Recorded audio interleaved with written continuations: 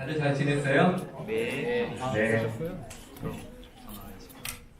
오늘 교회 오면서 기분 좋았어요? 기분 별로였어요? 네.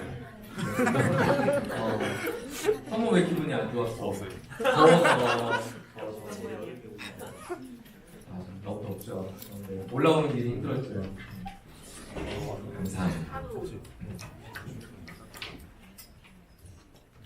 원종이 전사님 가정에 하나님께서 엄청난 선물을 주셨습니다.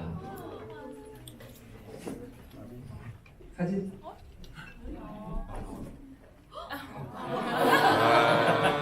거의 영화의 한 장면 맞죠? 약간 너희 네. 원종이 전사님 가정에 하나님께서 딸을 선물해 주셨어요. 박수 한번 할까요? 전도사님 쏙 빼닮은 딸을 말고 우리 사모님만 닮은 딸이 나이고예요. 네. 임신의 소식을 듣고 또 기다렸던 자녀의 소식을 듣고 우리 전도사님 엄청 좋아하셨어요. 지난주에 성교율 확인이 된 거예요. 그리고 조리원도 예약하고 그런 시간을 가졌습니다. 그리고 6월 달에 태교 여행도 계획하셨어요. 괌으로.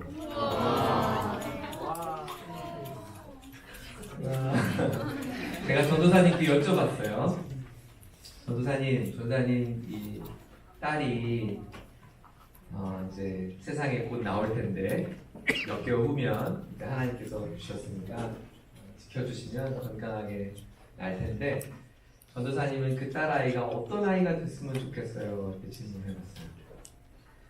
전도사님께서 이렇게 말씀하셨어요. 네, 많은 사랑을 받고 또 많은 사람들에게 사랑을 주는 아이가 되었으면 좋겠어요.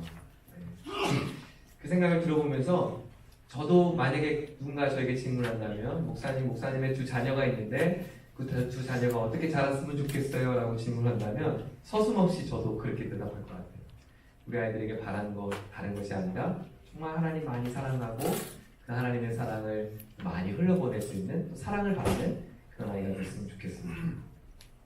그 생각해 보니까 이 아이가 얼마나 똑똑할지, 얼마나 예쁠지, 얼마나 유능할지, 얼마나 공부를 잘할지, 얼마나 좋은 직장에 다닐지 그것은 별로 중요하지 않다고 하는 아주 중요한 사실을 알게 됐어요.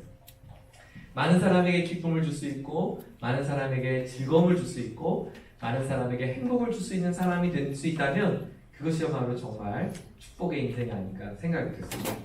그러면서 이런 생각이 들었어요.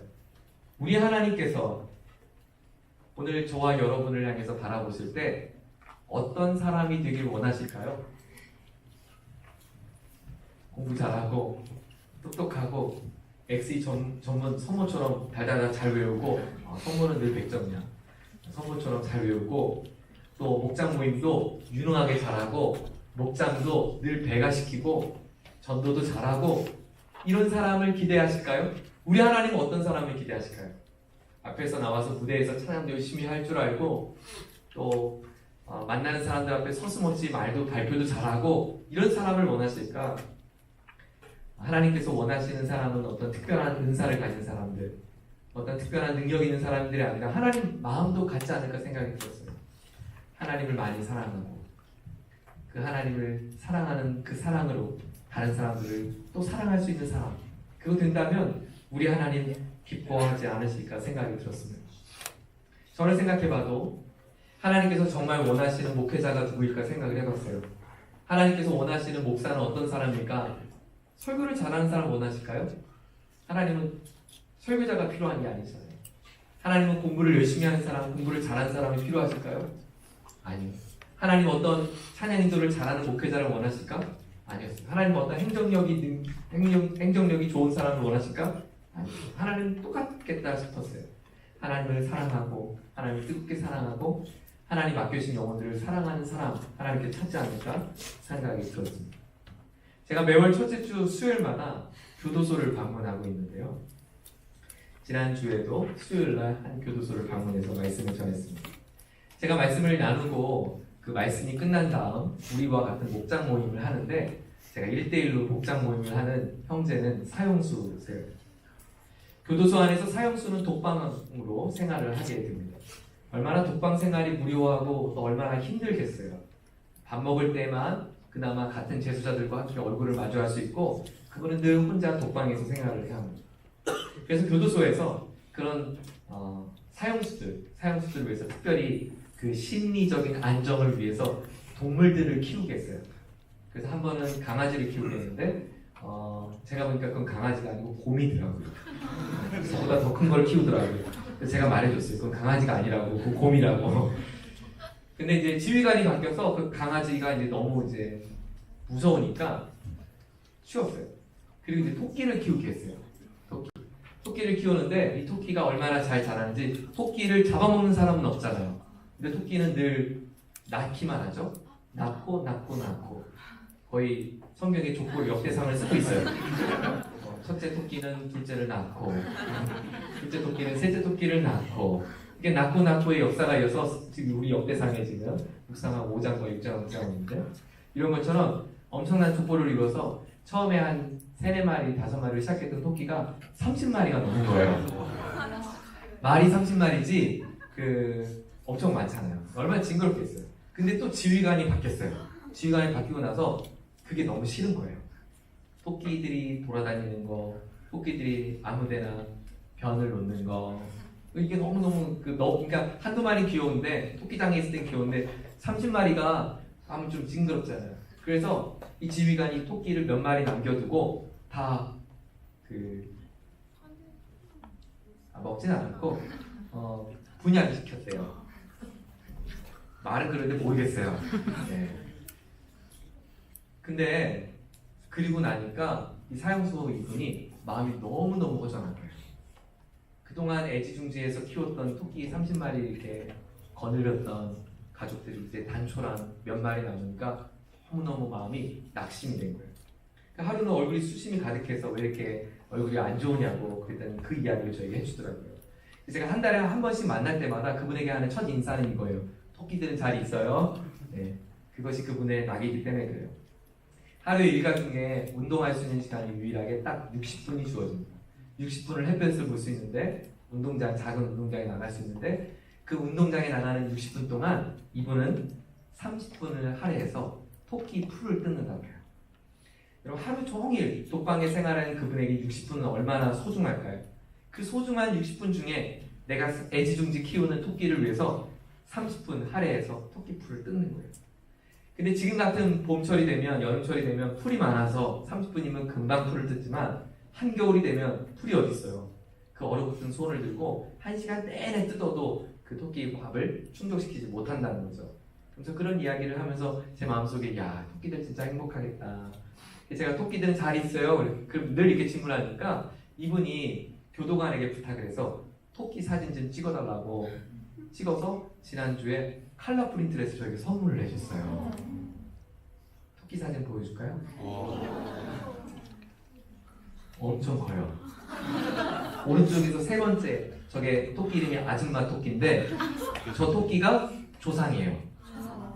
그 첫 조상의 그 계보를 잇는 그래서 혈통 있는 근데 저 토끼가 이제 저 왼쪽에 사진 반반 있죠. 반반 이제 여러 아빠들이랑 이제 살아서 저렇게 이제 이렇게 한 거예요. 근데 이렇게 토끼들이 하면서 제가 이런 생각이 들었어요. 토끼 사진을 보면서 너무 눈물 나더라고요. 저에게 보여주려고 이제 정성스럽게 프린트를 해온 거예요. 그럼 두 가지 생각이 들었어요. 이 작은 동물을 살리려고 하는 작은 동물에게 사랑을 베풀고 있는 이 사형수 한 분의 마음의 따뜻한 마음이 참 감동스럽고 두 번째는 자신들에게 이런 먹이를 저렇게 풀 한 포기 뜯었잖아요. 저는 풀을 한 포기 한 푸대를 뜯기 위해서 자신의 소중한 60분의 시간을 할애하면서 나를 위해서 풀을 뜯어주는 저 주인의 마음을 이 토끼들은 알까? 그런 생각이 들었어요. 그리고 돌아오면서 이런 마음을 품게 됐습니다. 지난주에 주중에 우리 전사님들과 이야기를 나누면서 전사님의 딸아이의 바램과 그리고 그 한 사형수가 작은 동물을 사랑하는 그 모습을 보면서 이런 생각이 들었어요. 만약에 우리 공동체가 우리 한 사람 한 사람 배아치고 한 사람이 그와 같은 삶을 살 수 있다면, 그와 같은 인생을 살 수 있다면, 그 토끼들에게 하염없이 기쁨을 주는 그와 같은 삶을 살 수 있다면 토끼들이 지금 얼마나 행복해요. 그와 같은 삶을 살 수 있다면 얼마나 좋을까. 우리 전사님 바램처럼 그 딸 아이들이 바로 우리 아이들이 되면 얼마나 좋을까. 많은 사랑을 받고 많은 사랑을 흘러보낼 수 있는 사람이 되면 얼마나 좋을까. 우리 공동체가, 우리 목장이 그렇게 하나님의 많은 사랑을 받고 또 많은 사랑을 흘러보낼 수 있는 공동체가 되면 얼마나 좋을까, 이런 생각이 들었어요. 그리고 정말 우리 공동체가 이런 공동체가 되면 좋겠다. 많은 사랑을 받을 뿐만 아니라 그 사랑을 아름답게 흘러보낼 수 있는 공동체, 그 공동체를 꿈꾸면서 함께 마음을 나누면서 영상 하나를 준비했습니다. 같이 그 영상을 보겠습니다. 지금부터 5월의 기적 캠페인을 시작합니다. 수지대학지구 400명의 인원이 하루에 3명의 이웃에게 한 달 동안 격려를 전한다면 무려 33,600명에게 기분 좋은 하루를 선물할 수 있습니다. 이 숫자는 용인시 인구 100만 명 중에 3%나 되는 인원입니다. 세상을 바꾸는 우리들, 사랑을 전하는 제자들, 모두가 오고 싶은 수지대학지구. 지금부터 5월의 기적 스타트. 큐! 부릉부릉 끽! 철컥! 어디 가세요? 기적을 심으러 갑니다. 어디요?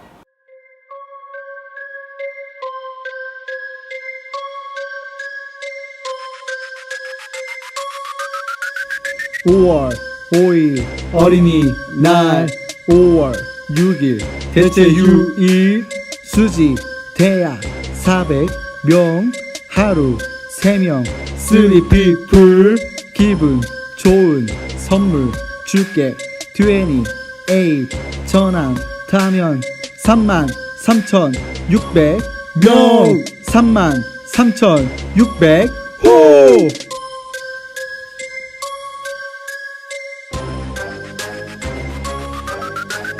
바다의 소금 3%, 용인 사랑 밀리언 피플, 우리가 전한 3%, 이것은 바로 5월의 기적. 이것은 바로 5월의 기적.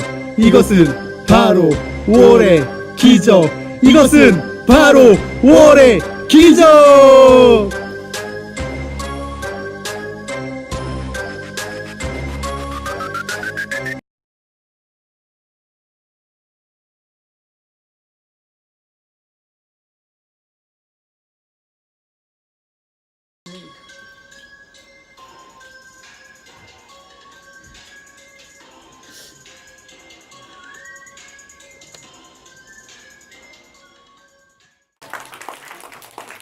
네, 쿠키 영상까지 준비했어요.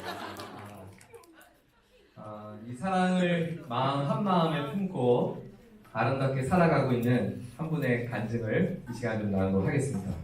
수지 오캠퍼스에서 아름다운 복음을 가지고 삶을 살고 있는 우리 한 목자, 우리 김지호 목자님을 모시고 간증을 듣도록 하겠습니다.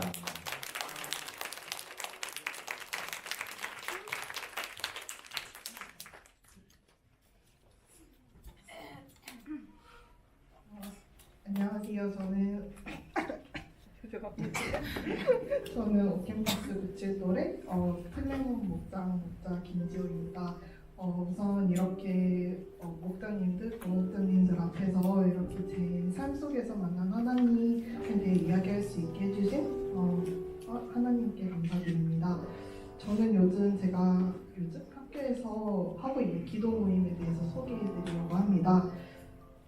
저는 작년 여름에 젊은이 센터 연합으로 캄보디아 의료선교를 다녀왔습니다. 그때 저는 20살에 하나님을 처음 만났고 그때 이후로부터 의료선교라는 비전을 품게 되었습니다.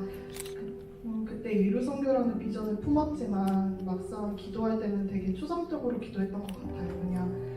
그냥 저 사람, 아직 하나님을 모르는 사람들이 내가 복음의 도구가 되어서 내가 만났던 하나님이 그들도 만났으면 좋겠다라는 그런 기도를 가지고 시작했던 것 같아요. 근데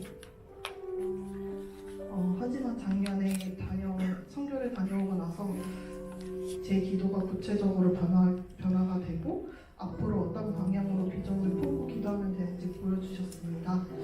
구체적으로 기도하는 과정에서 무엇보다도 제가 지금 서 있는 자리, 캠퍼스, 가정, 교회 이 자리가 가장 중요한 선교지임을 깨닫게 해주셨고 강조하셨습니다.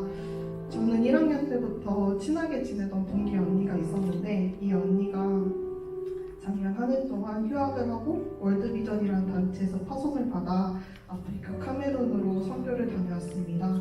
1년 동안 언니랑 계속 연락하면서 언니를 적은 금액이지만 물질적으로도 후원도 해보고 기도로도 후원했습니다. 언니가 이번 학기에 복학하고 나서 오랜만에 언니를 만나서 밥을 먹는 자리에서 우연히 언니의 간증을 듣게 되었습니다.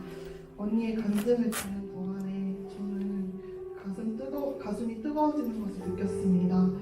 사실 언니를 만나기 전에 그리고 그 당일날 학교에서 언니의 아프리카 선교를 듣고 싶어하는 몇몇 학원들이 있었다는 것을 저에게 알려주었습니다. 그날 저에게 정확하게 5번째로 간증을 한다고 말을 해주었습니다. 저는 그 순간에 어떤 생각이 들었냐면요. 우리 학과 내에도 우리 학우들끼리 같이 선교를 꿈꾸는 그리스도인들의 기도 모임을 만들면 좋겠다라는 마음과 생각이 들었습니다. 저는 이러한 제 생각을 언니에게 말을 했고 저와 언니는 정말 이 모임이 주님이 원하시는 모임인지 아닌지 확신이 서질 않아 각자 작정 기도를 하기로 했습니다. 이 모임이 만들어지기까지 주님께 기도하고 또 기도했습니다. 이 모임이 주님께서 정말 원하시는 모임인지 혹시 우리의 의가 드러나는 모임이 아닌가. 하나님과 상관없는 나의 열심은 아닌가? 주님보다 더 앞서 가는 것은 아닌가 하며 이 모임을 위해 주변의 많은 분들께 중보기도 요청을 했습니다. 몇 주간의 작정 기도의 기간을 가지면서 주변에서 이 기도 모임을 원하고 같이 기도해 주시는 학우분들이 많다는 것을 알게 되었고 그 학우분들이 꿈꾸고 기도해던 아름다운 비전을 직접 나눠주시거나 건너 전해 듣기도 했습니다. 서로 아직 잘 모르지만 주님을 사랑하고 복음이 이 땅 구석구석 전파되길 소망하는 이 같은 마음 하나로 서로를 위해 기도하고 또 각자의 비전을 나누는 귀한 공동체가 되었으면 하는 마음과 뜻으로 용기 내어 기도 모임을 만들게 되었습니다. 첫 모임을 하게 되었을 때는 설레는 마음으로 기도를 하며 준비하고 첫 모임에 나가게 되었습니다. 사실 첫 모임을 했던 시기가 아직 1, 2학년들은 시험 기간이 얼마 남지 않은 때여서 많이 못 오실 줄 알았습니다. 근데 12명이라는 많은 분들이 함께 해주셨고 거기에서 만난 선후배 동기들을 처음 본 분들도 있었고 그냥 건물에서 한두 번 마주친 그런 분들도 계셨습니다. 하지만 이렇게 기도 모임을 하나가 될 수 있도록 인도해 주신 하나님께 너무나도 감사했고 무엇보다도 각자 품은 선교의 비전을 들을 수 있는 그 시간들 1분 1초가 너무나도 길고 소중했고 은혜가 가득했던 시간이었던 것 같습니다. 다들 그분들이 섬기고 있는 교회나 살고 있는 지역은 다 다르지만 진짜 복음으로 하나가 되고 있구나 이것을 느꼈던 것 같습니다. 첫 모임이 끝난 후에는 첫 모임에 오신 분들을 통해 건너 알게 되신 학우분들 중에서 함께하길 원하시는 분들이 계셨습니다. 처음에는 2사람이 모여 했던 기도가 지금은 20명의 학우들이 모여 같이 기도하고 있습니다. 현재 저는 학부생으로서 마지막 한 해를 보내고 있습니다. 학교에서 이 기도 모임을 가질 수 있는 날은 다른 후배님들에 비하면 적을 것입니다. 하지만 이 기도 모임이 잘 지속적으로 잘 유지되어 저처럼 먼저 졸업하게 될 학우들이 후배들보다 먼저 필드에 나가 경험과 실력을 쌓고 주님이 부르시는 그때에 순종함으로 나아갈 때 다음 세대인 우리 후배들 중에서도 선교를 꿈꾸는 후배들에게 조금이나마 도움이 될 수 있는 선배가 되는 것이 제 작은 소망입니다. 여기 계신 목자님들 중에서도 각자 기도하고 계신 제목들이 다 있을 거라고 생각합니다. 지금 당장은 아니더라도 하나님이 계획하신 완벽한 때에 하나님께서 붙여주실 동역자들을 기대하며 기도하세요. 하나님께서 기다리며 기도하는 여러분들을 위해 여러분들이 생각한 것보다 더 좋은 것들로 채워주실 줄 믿습니다. 저도 함께 기도하겠습니다. 지금까지 이렇게 저희 기도 모임을 선한 길로 인도해 주시고 앞으로도 선하게 이루어 가실 주님을 찬양하고 이 모든 영광 주님께 올려드립니다. 감사합니다.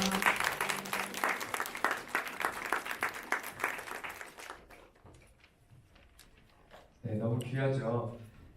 간증 들으면서 와, 하나님의 나라가 그치 이런 거지.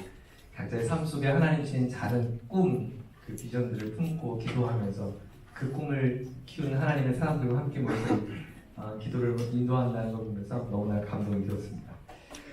앞서 우리 영상을 보면서 전사님께서 랩하면서 거의 약 먹은 사람들 같았죠. 우리 조한수 전사님이 이렇게 어쨌든 이런 꿈을 한번 꿔봤어요. 우리 수지 대학지구가 주일날 예배하는 예배 출석 인원이 약 400명 정도 됩니다. 400명의 사람이 하루에 3명, 아침, 점심, 저녁 혹은 하루에 3명에게 기분 좋은 일을 하는 거예요. 기분 좋은 일을 내일부터 시작하는 거예요. 오늘까지 우리 짜증 부리고 내일부터 기분 좋은 일을 시작하는 거예요. 내일부터 6월 1일이 되는 28일째가 되는 그날이 되면 3만 명이 넘는 사람들이 기분 좋은 일이 생기게 됩니다. 그 3만 명이라고 하는 숫자는 우리 용인시 인구 전체의 3%입니다. 바닷물에 소금이 몇 프로 있다고 그래요? 3%예요. 그 3%의 소금이 바닷물을 짜게 한 것처럼 3%의 사람들이 기분 좋게 되면 얼마나 엄청난 일이 일어나지 않을까 생각해봤어요. 우리 수지대학지구 400명이 하루에 3명이 아니라 하루에 10명에게 기분 좋은 일을 하게 되면 무려 28일이 지나면 용인시 전체 약 10%의 사람이 기분 좋은 일을 경험하게 됩니다.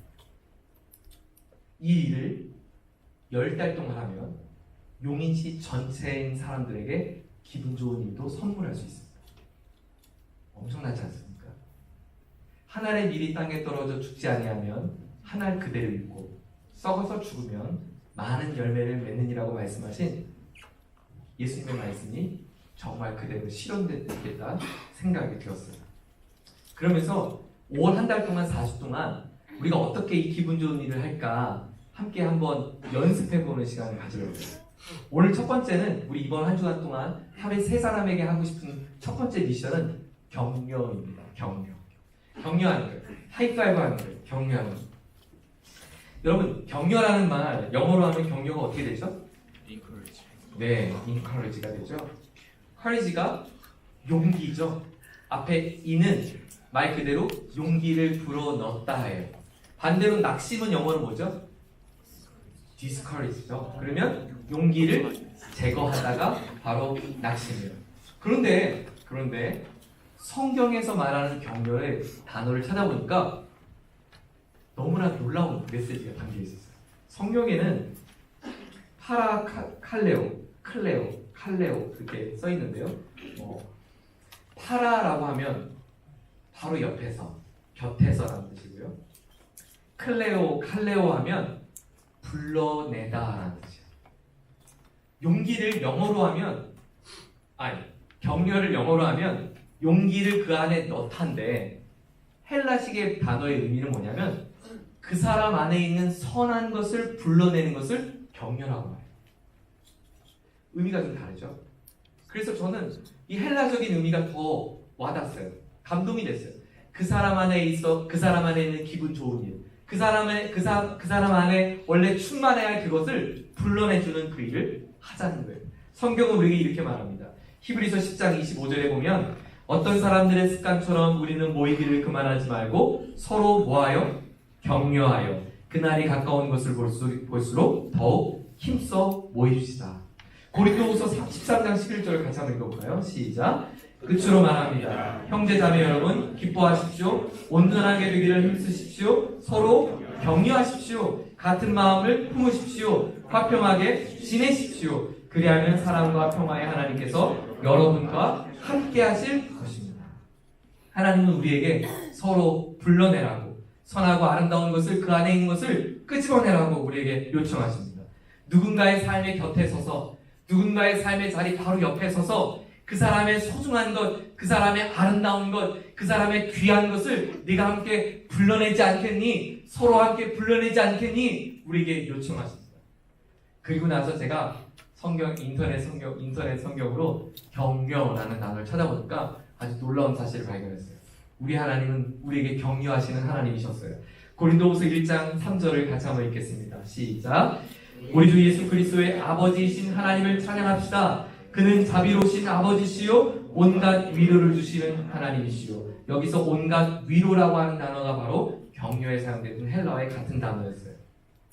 데살로니가후서 2장에 보니까 예수님도 격려하시는 분이셨어요. 예수님에 대해서 이렇게 말씀하십니다. 함께 있습니다. 우리를 사랑하시고 은혜로 영원한 위로와 선한 소망을 주시는 하나님 우리 아버지와 우리 주 예수 그리스도께서 친히 여러분의 마음을 격려하시고 모든 선한 일과 말에 굳세게 해주시기를 빕니다. 예수님은 우리에게 격려하시는 분이셨어요. 성경은 우리에게 무엇을 주기 원하시는가? 성경은 우리에게 격려하길 원한다고 말씀합니다. 로마서 15장 4절을 같이 함께 읽습니다. 시작. 무엇인지 전에 기록한 것은 우리에게 교훈을 주려고 하는 것이며 성경이 주는 인내와 위로로서 우리로 하여금 소망을 가지게 하려고 한 것입니다. 네, 성경이 주는 인내와 위로로서, 그래서 위로도 격려의 같은 단어가 사용되었어요. 우리가 살고 있는 이 세대는 격려가 필요한 세대입니다. 우리는 다른 사람에게 관심이 없어요. 그 사람이 어떻게 살든, 그 사람이 무슨 생각을 하든. 혹시 여러분 아파트 옆집에 사는 분과 길게 대화해 본 적 있으세요? 누가 사는지는 아세요? 여러분 위층과 아래층은 어떤 분이 거주하시는지 알고 계세요? 관심 없죠? 관심 가질 필요가 없어요.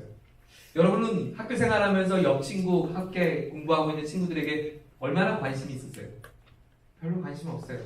시험 기간이 되면 내 공부가 중요하지 그의 처지와 형편이 별로 중요하지 않아요. 같은 기숙사 룸메이트조차도 3명, 4명이 같이 쓰고 있는데요. 내 방에 같은 옆에 침대에서 자고 있는 그 형제는 어떤 삶을 살고 있는지 별로 관심 없어요. 아마 어떤 분들은 같은 기숙사 생활에서도 한마디 나눠보지 않은 사람도 있을 거예요. 그게 우리가 살고 있는 이 세대의 가치관이에요. 손해를 입히지 않고 손해보지 않고 그렇게 사는 것이 잘 사는 것이라고 생각하는 세대 속에 살고 있습니다. 뿐만 아니라 매일 우리에게 들려오는 광고를 보세요. 광고. 자켓 광고를 봅니다. 예를 들면 인터넷에 있는데 팝업이 뜹니다. 광고가 더 예쁜 옷이 너는 필요하다고 우리에게 광고합니다. 다시 말하면 너는 여전히 부족하다라고 말해요. 멀쩡히 야구 보고 있는데요. 야구 한 게임 이게 한 회가 끝나면 광고가 되잖아요. 광고하는데 자동차 광고가 나는 거예요. 그러면서 그 자동차 광고를 보는 저는 여전히 내 자동차는 부족한 차야라고 고객에게 느끼게끔 광고를 합니다. 끊임없이 너는 부족하다고 세상은 말합니다. 그것이 광고입니다. 광고의 목적은 내가 부족하다는 것을 일깨워주는 것이 광고입니다. 그 광고 한 편을 만들기 위해 수억 원의 돈을 드립니다. 우리의 부족함을 발견하기 위해서 세상은 혈안이 되어 있습니다. 더 재미있는 영화가 있다고 말합니다. 지금 너는 아직 그 재미있는 것을 보지 못했다고 우리에게 광고합니다. 세상의 관점은 너는 끊임없이 부족하다고 말합니다. 그리고 우리가 살아가는 삶에는 많은 실패를 경험합니다. 관계의 실패, 또 시험의 실패, 상처들, 거절들. 서로를 돌아보지 않는 세상, 그리고 낙심과 뭔가 부족하다고 느껴지는 이 세상 속에 우리에게 진짜 필요한 것은 바로 격려가 아닐까 생각이 들었어요. 이런 거죠. 아닙니다. 당신은 부족하지 않습니다. 당신은 충분히 잘하고 있습니다. 당신은 정말 훌륭한 사람입니다. 라고 하는 격려만이죠. 데살로니가전서 5장 14절에 이렇게 말씀을 합니다. 형제자매 여러분, 여러분에게 권고합니다. 무질서하게 사는 사람들을 훈계하고 마음이 약한 사람을 격려하고 힘이 없는 사람을 도와주고 모든 사람에게 오래 참으십시오. 격려를 누구에게 한다고요? 마음이 약한 사람. 어떠세요? 여러분의 마음은 어떠세요? 오늘 여러분이 그 격려가 필요하지 않으세요? 우리 마음이 늘 건강하고 우리 마음이 늘 강하지만 않죠. 마음이 약한 바로 우리가 격려가 필요합니다. 사랑하는 수지대학 지구 목자 여러분, 너는 참 훌륭한 사람이야. 그 격려를 해줄 수 있는 그 사람이 되보지 않으시겠습니까? 하나님께서 우리에게 그렇게 요청하신 그 요청 앞에 우리 한번 진지하게 생각해보고 진지한 실천을 한번 해보지 않으시겠습니까? 하루에 3사람에게 말이죠. 우리의 낙심이 우리의 마음을 무너지게 하는 이 세대 속에 하나님의 이름으로 선포하고 주님의 사랑으로 격려하는 그 일에 함께 동참해보지 않으시겠어요? 그래서 이런 생각이 들었어요. 어떻게 하면 격려할 수 있을까? 4가지를 한번 실천해보고자 합니다. 첫 번째, 우선 누군가를 만나면 친절하게 인사하십시오. 친절한 인사입니다. 마태복음 10장 12절에 주님이 이렇게 우리에게 말씀하셨어요. 같이 읽습니다. 시작. 너희가 그 집에 들어갈 때 평안을 빈다고 인사하여라. 인사하여라. 외국 승무원이 한국 고객들을 만나면 당황하는 3가지가 있어요. 일단 한국 고객들은 빠르잖아요. 그래서 비행기 탑승 30분 전부터 우리 줄 서 있죠. 그래서 게이트 언제 열리냐고 우리 줄 서 있고, 비행기를 타자마자 순발력 있게 짐을 자기 위에 올려놓고 닫고 앉아서 준비한다는 거예요. 승무원들이 이렇게 밥을 이렇게 갖다 주는 식사 시간이 되면 이렇게 마차를 끌고 오시죠. 보면 한국 사람들은 다 테이블을 펴놓고 기다리고 있대요. 근데 보통 외국 사람들은 승무원이 펴주거나 이제 식사하시는 시간이라고 이렇게 시트를 올려달거나 이렇게 요청하는데, 이미 한국 사람들은 시트 다 해놓고 상을 펴놓고 밥 먹을 준비를 딱 세팅하고 있다는 거예요. 빠르고 이렇게 눈치가 빠르다는 거예요. 속도만 빠른 게 아니라 눈치도 빠르다. 근데 한 가지 흥미로운 점을 이렇게 꼬집었어요. 그런데 한국 고객들이 비행기를 타면 다 화난 사람들 같다. 표정들이 우리 부뚝뚝하잖아요. 그래서 다 화난 사람들 같대요. 자, 서로를 한번 보겠습니다. 여러분 서로의 표정에 반갑게 인사하는 표정을 한번 지어주시겠어요? 네, 샬롬 한번 인사해볼까요? 샬롬. 네. 샬롬. 반갑게 인사하는 거예요. 여러분, 격려의 시작은 반가운 인사입니다. 격려의 시작은 뭐라고요? 네, 친절하게 인사하는 거예요. 친절하게 인사. 저는 우리 교회가 엄청난 많은 분들이 주일날 되면 예배하잖아요. 근데 저는 우리가 보완해야 할 가장 첫 번째는 이거 같아요. 인사를 서로 안 해요. 여러분, 남이 아니라 우리 한 교회 지구촌 가족이 돼서 예수 그리스도 안에서 함께 만난 형제 자매들이고, 장년들도 우리의 가족이고, 다른 캠퍼스들도 우리의 가족인데, 우리는 우리 목장 식구들, 우리 캠퍼스 내가 아는 사람들만 인사하지 다른 사람들 인사하지 않아요. 네. 화장실에서 민망한 순간에 인사 그런 거 말고 우리 서로 마주칠 때 인사하는, 친절하게 인사하는 공동체가 되기를 축복합니다. 우리 서로 인사하겠습니다. 안녕하세요. 자, 모두 함께 일어나겠습니다. 다리 일어나보세요. 다리 일어나보세요. 다 일어나세요. 다 일어나보세요. 자, 다 일어나보세요. 자, 10사람에게 안녕하세요. 반갑습니다. 저는 캠퍼스 몇 돌의 누구누구입니다. 10사람 가장 먼저 하고 관계성 올라오는데 이제 선물 줄게요. 시작! 안녕하세요. 안녕하세요. 몇 캠퍼스 몇 돌의 누구누구입니다. 안녕하세요. 반갑습니다. 자리에 앉겠습니다. 네, 앉겠습니다. 민니가 인사를 너무 잘하네. 안녕.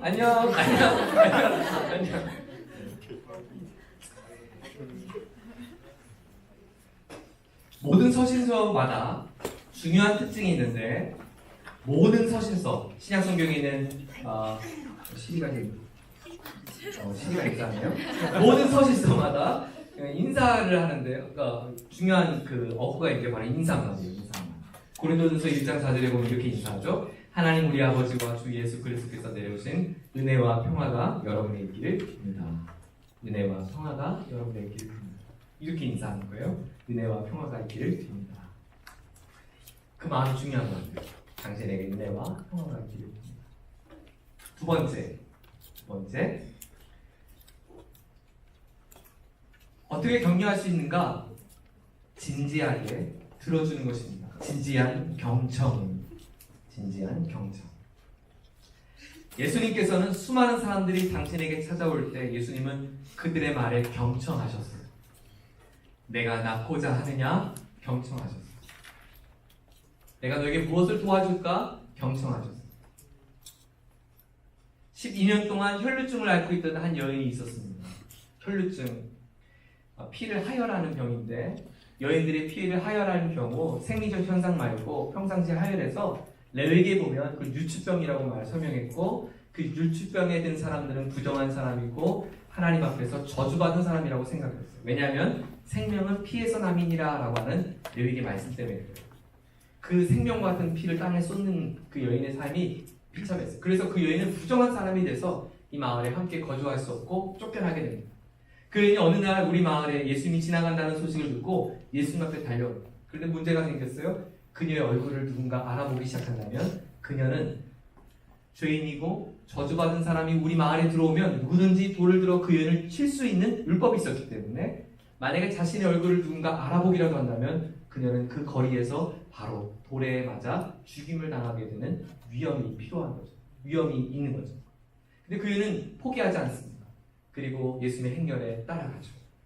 그리고 예수님 뒤에 따라가서 몰래 예수님 옷자락에 손을 댑니다. 그녀의 대단한 믿음이 아니라 그냥 옷만 만지면 혹시 병이라도 낫는 거 아니야? 라고 하는 어쩌면 아주 작은 그냥 미신과 같은 믿음을 그 믿음으로 예수님의 옷에 손을 댔어요. 근데 예수님 참 짓궂죠? 그냥 가면 되지. 그걸 또 뒤를 돌아봐요? 이렇게 질문해요. 누가 나한테 옷에 손을 댔냐? 몰라서 묻는 거예요? 궁금해서 묻는 거예요? 왜 묻는 거예요? 이 여인을 골탕 먹이려고 물어본 걸까요? 그렇게 질문하자 많은 사람들이 어리둥절합니다. 아무도 나서지 않자 예수님은 빤히 그 여인을 또 쳐다보죠. 빤히 바라보고 있는 그 여인에게 많은 사람들의 시선이 모아졌겠죠? 그리고 누군가 소리쳤겠죠? 저 여인은 저주받은 여인이다. 그때 사람들의 손에 남아 돌이 이미 들려져 있는지도 모르겠습니다. 바로 그때 예수님이 그 여인에게 눈과 눈이 마주쳤을 때 성경은 뭐라고 했냐면 그 여자는 자기에게 일어난 일을 알므로 두려워하며 떨면서 예수님께 나와 엎드려 사실대로 다 말하였다. 그때 예수님이 하신 일이 뭐였냐면 다른 치료하신 것이 아니라 기도하시거나 어떤 그 여인에게 어떤 다른 액션을 취한 것이 아니라 그 여인의 아픈 마음을 들어준 것입니다. 18년 동안 그 여인의 고충을 들어주는 사람은 아무도 없었습니다. 18년 동안 그 여인이 마을에서 쫓겨났을 때 나에게 관심 가져주는 사람 아무도 없었습니다. 예수님은 왜 뒤를 돌아서서 그 여인을 바라봤는가? 바로 그녀에게 그녀의 아픈 마음을 들어주기 위함이었어요. 진지한 경청. 그것이 예수님의 격려였습니다. 사랑하는 목자 여러분, 우리 잠시 핸드폰을 이제 좀 가방에 넣어보지 않으시겠어요? 우리가 서로 대화를 나눌 때 잠시 핸드폰을 엎어보지 않으시겠어요? 우리 목원들과 함께 대화를 나눈 그 시간만큼은 우리 잠시 그 사람의 마음의 귀를 다시 한번 기울여 보지 않으시겠어요? 그가 어떤 마음으로 찾아왔는지, 어떤 마음으로 그가 우리의 목장에 오게 됐는지 진지하게 들어주는 것. 그것이 우리가 할 수 있는 격려의 시작입니다. 오늘 아침에 우리 교육자들과 그런 나눔을 했어요. 제가 그런 나눔을 했어요. 저는 사실 기질상 굉장히 소심한 사람이에요. 알죠? 잘 삐지고 소심한 거? 네, 잘 알고요. 엄청 소심해요. 그래서 소심해서 낯을 굉장히 많이 가요. 처음 만난 사람에게 대화하는 것이 굉장히 힘들어요. 그리고 이렇게 대중 앞에서 설교하는 거 진짜 힘들어요. 정말 힘들어요. 안 그런 척 하는 거죠. 정말 저는 괴로운 시간이에요. 미안해요. 힘든 시간이에요. 제 본심이 나왔어요. 근데 그러다 보니까 우리 공동체에 목자들이나 목원들에게 사실 제가 먼저 다가가는 성격이 아니에요. 저는 누가 저에게 다가오면 그를 웰컴하는 성격이지 제가 먼저 그들의 삶에 깊숙이 찾아가는 것을 굉장히 힘들어해요. 오히려 저는 누구에게 저에게 찾아오는 걸 좋아해요. 목사님 한번 만나주세요. 기도 요청이, 기도 제목이 있어요. 이렇게 저에게 말하는 걸 굉장히 좋아하고 힘들어하는 친구에게 제가 찾아가서 얼마나 힘드니 이렇게 하는 것을 제 성격상 잘 못해요. 그러다 보니까 제가 소극적이다 보니까 상대가 또 소극적인 사람일 수 있잖아요. 상대가 적극적인 친구들은 어떤 친구가 있었냐면 제가 제자 훈련 토요일 날 밤 10시 끝났는데 목사님 언제 끝났냐고 10시 끝난다고 그러니까 그럼 그때 좀 보자고 제가 너무 당황했어요. 진짜 기다리더라고요. 제가 정말 11시 반까지 얘기하다가 집에 간 적이 있는데 그렇게 적극적인 친구는 참 편해요. 오히려 저는 편해요. 근데 소극적인 친구는 저의 연락만을 기다리고 언젠가 목사님이 연락해주겠지 속으로 꽁 하고 있는 친구는 참 저도 불편해요. 제 솔직한 마음이에요. 그러다 보니까 제가 중요한 걸 놓쳤어요. 저는 그런 사람이다라고 생각하다 보니까 적극적인 사람들과의 소통은 잘 이루어졌는데 정말 제가 만나줘야 될 사람, 정말 귀 기울여야 될 사람을 제가 많이 놓쳤구나라는 생각이 들었어요. 저도 고치려고 해요. 먼저 다가가서 들어주는 격려를 시작해 보려고 해요. 이건 제 성격과 달라요. 제 성격이 그러니까 그런 게 아니라 이것은 하나님께서 저에게 요청하신 제안이었어요. 제가 제 성격을 딛고 더 먼저 찾아가려고 해요. 그것이 경청이고 그것이 진지하게 들어주는 태도예요. 경청은 나에게 찾아와서 이야기해준 사람의 이야기를 귀담아 듣는 것은 경청의 시작이지 진짜 경청은 귀 기울여 들어줘야 할 그 사람에게 찾아가서 그 사람의 마음의 이야기를 불러내는 것이 바로 경청입니다. 그 격려가 시작되기를 축복합니다. 세 번째는 칭찬을 하되 구체적으로 하십시오. 구체적인 칭찬입니다. 자, 히브리서 10장 24절 말씀을 다시 한번 읽어보죠. 시작. 그리고 서로 마음을 써서 사랑과 선한 일을 하도록 격려합니다. 네.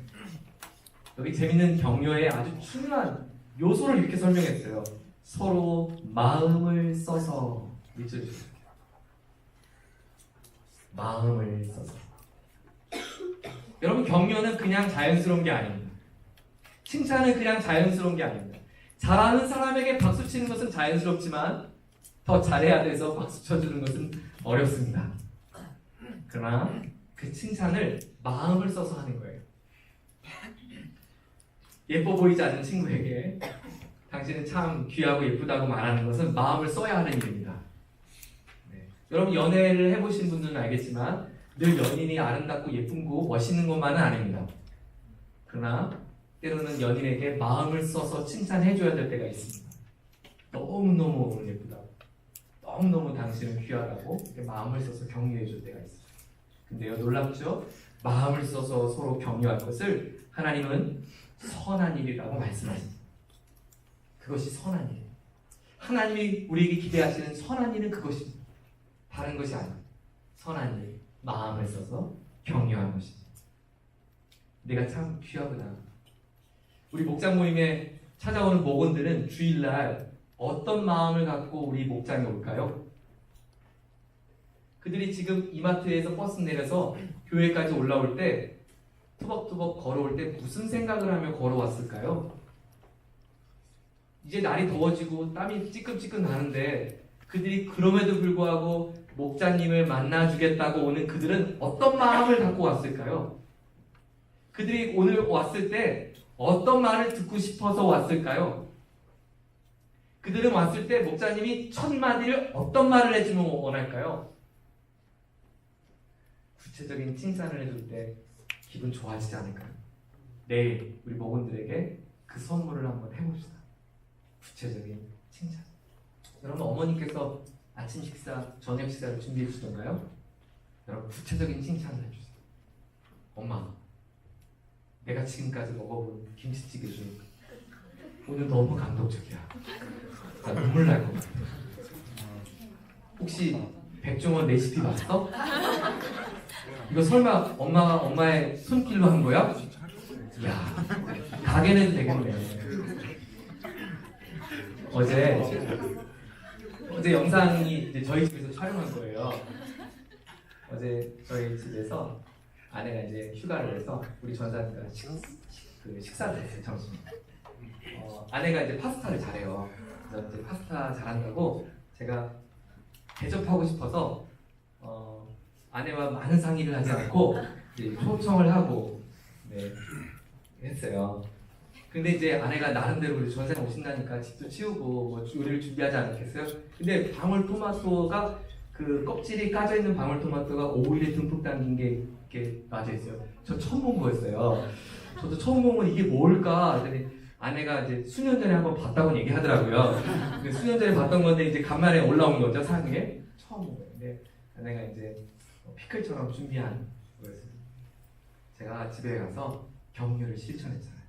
여보, 내가 제일 좋아하는 그 파스타집 알지?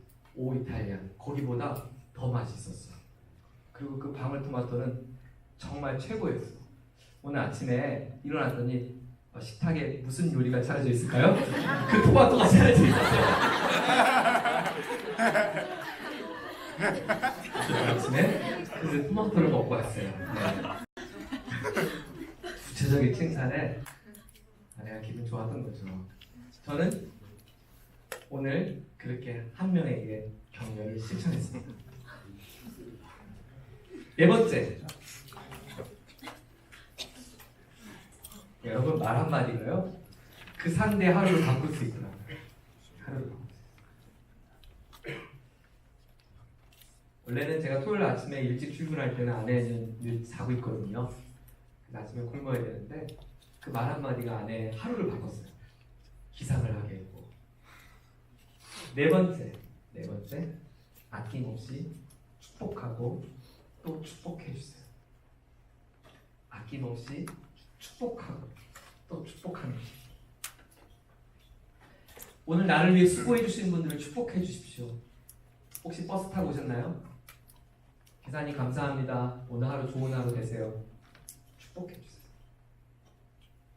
수고가 많으십니다. 여러분 혹시 오늘 점심 뭐 시키셨어요? 밥버거 먹고 쓰레기 어디다 버릴 거예요? 정수기 옆에다 버릴 거죠? 그러면 여러분이 버리는 타이밍을 알고 우리 수고해 주시는 분들이 그 시간에 오셔서 청소해 주실 거예요. 한마디 해주세요. 감사합니다. 덕분에 저희들이 식사 잘했습니다. 축복하고 또 축복해 주세요. 어떻게 해요? 아낌없이. 따라합니다. 아낌없이. 여러분 축복을 아끼지 마세요. 그거 아껴다 뭐 할 거예요? 여러분 그 좋은 마음을 아껴다 뭐 할 거예요? 그럼 집에 가서 혼자 말할 거예요? 혼자 나 오늘 아껴둬야지. 나 오늘 나만 축복해야지. 그렇지 않죠? 네, 축복해요. 여러분 단톡방에요. 단톡방에 누군가가 축복받을 일을 하게 되면 격려해 주세요. 감사합니다. 고맙습니다. 공지 감사합니다. 축복해 주세요. 제가 보니까요 축복을 잘하는 사람, 아낌없이 축복하는 사람들은 정해져 있어요. 제가 원래 오늘 큐티 라디오를 녹음을 안 했어요. 토요일날 아침에 토마토 먹고 오느라 못했어요. 원래 더 일찍 와서 하려고 했는데 토마토 먹어야 돼서 내가 너무 못했어요. 오는데 제가 큐티 라디오 카톡방에 있는데 거기에 뭐라고 그랬나? 큐티 라디오는 아침에 올라오나요? 누가 그냥 글 올린 거예요. 그래서 야 정말 그냥 안 올라오면 안 오는 그냥 글을 또 거기다 이렇게 제가 사무실 와서 오자마자 정리한 거 저 옆방 가서 혼자 또 녹음하고 올렸어요. 올렸더니 누군가 또 축복하는 사람 저에게 축복해 주셨어요. 고맙습니다. 감사합니다. 격려가 됐어요. 방울토마토만큼이나 큰 격려였어요. 여러분 의자가 이렇게 세팅되어 있죠? 누가 했어요 이거? 이거 누가 한 거예요? 여러분 친구들이 한 거예요. 차한 팀 같이 한 거예요. 격려해 주세요. 칭찬해 주세요. 야 오늘 싱어 진짜 차연 좋다. 야 오늘 드럼 장난 아니었어. 최고였어. 칭찬해. 여러분 하루에 3명에게 28일만 하게 되면 3만 명의 사람들이 기분 좋은 일이 일어난다는 것은 엄청난 기적 아닙니까? 만약에 우리가 그렇게 하루에 3명에게만 이 격려를 실천할 수 있으면 우리 공동체는 어떤 분위기가 될까요? 늘 환하게 웃고 따뜻하게 격려하고 아낌없이 축복하고 진지하게 들어주고 구체적으로 칭찬을 하면 우리 목장은 어떻게 바뀔까요? 우리 캠퍼스는 어떻게 바뀔까요? 여보세요? 네, 그렇죠? 여러분 제가 질문을 했거든요. 여러분 답을 해주셔야 돼. 구체적인 칭찬으로 답을 해주셔야 돼요. 네, 어떻게 될까요? 화기애애해지고 애매해지는 게 아니고 화기애애해지고 또 어떻게 될까요? 우리 분위기는 어떻게 될까요? 즐거워지고 어두울까요? 밝을까요? 밝겠죠. 우리 목장이 오고 싶은 목장이 될까요? 아니면 저 이마트 사이 집에 가자 하는 목장이 될까요? 오고 싶습니다. 우리 토요 목장 모임 매주 이런 예배가 될 수 있으면 우리 토요 목장 모임 시간이 즐거울까요? 괴로울까요? 즐거워요. 사랑하는 목자 여러분, 함께 만들어 보지 않으시겠어요? 네. 네. 고맙습니다. 같이 기도하겠습니다.